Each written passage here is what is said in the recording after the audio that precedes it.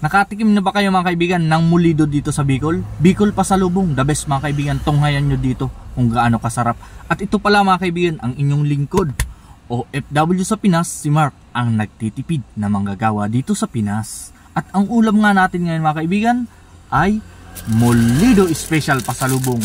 Galing dito sa Bicol mga kaibigan, no? Bicol pasalubong pa din, ano? Yan, ang ulam natin ngayon ay puro pasalubong na nagmula sa Bicol, no? Yan mga kaibigan, masarap yan mga kaibigan. Alam nyo ba nung bata pa kami mga kaibigan, tag 50 cents lang ito sa tindahan sa mga sari-sari store. Pero ngayon wala na masyado nito mga kaibigan, no? Masarap to mga kaibigan. Gawa ito sa kamuti daw mga kaibigan.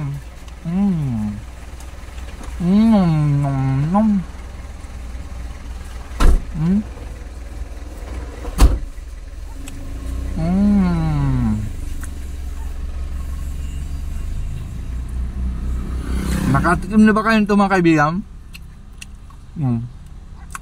Dabis siya. 15 pesos na ang bili ko nito mga kaibigan, isang balot, no? Kaya nakatipid naman tayo mga kaibigan. At na-explore ko pa sa inyo ang Bicol pasalubong dito sa lugar namin.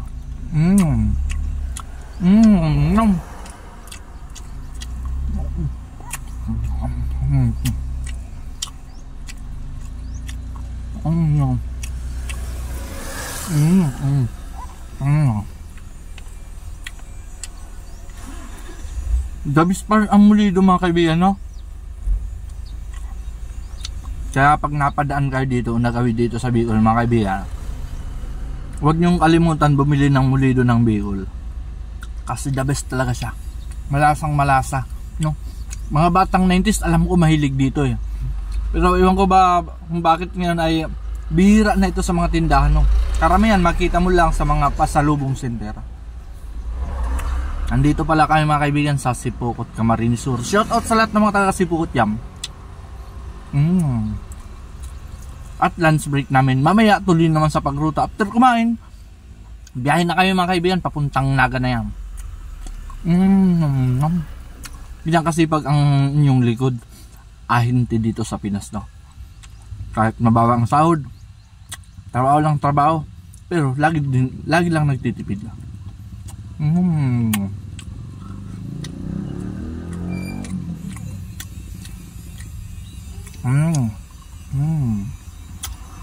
Marami tayong mga kaibigan audience dito, maraming dumadaan-daan eh. Nasa gilid lang kasi tayo ng kalsada mga kaibigan, no?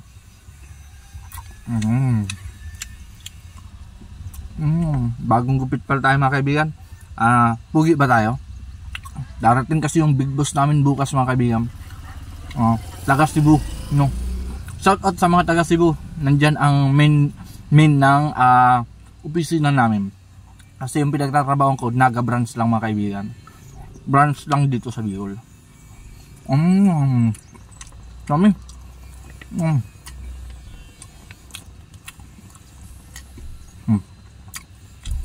Dalawang piraso lang mga kaibigan natitira, pero solve na tayo. Kaya kahit tipid lang ito mga kaibigan, solve at the best, yummy to the max.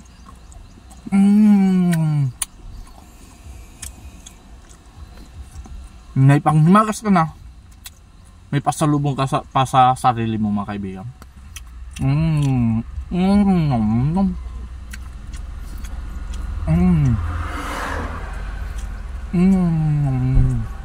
Grabe. Ang sarap talaga nito mga kaibigan. Dapat araw-araw na ganito ang ulam natin. Salamat pala mga kaibigan sa bago natin mga supporters dyan. At yung mga lumako na lagi pa rin nanonood at sumusuporta sa akin, maraming salamat sa inyo mga kaibigan. Salamat at sinasamahan nyo ako sa aking pangarap na maging isang ganap na vlogger. Ubus na ang ating pagkain mga kaibigan. At solve na tayo ngayong araw. Ngayong tanghali ang pala, no? Balik naman sa trabaho after kumain.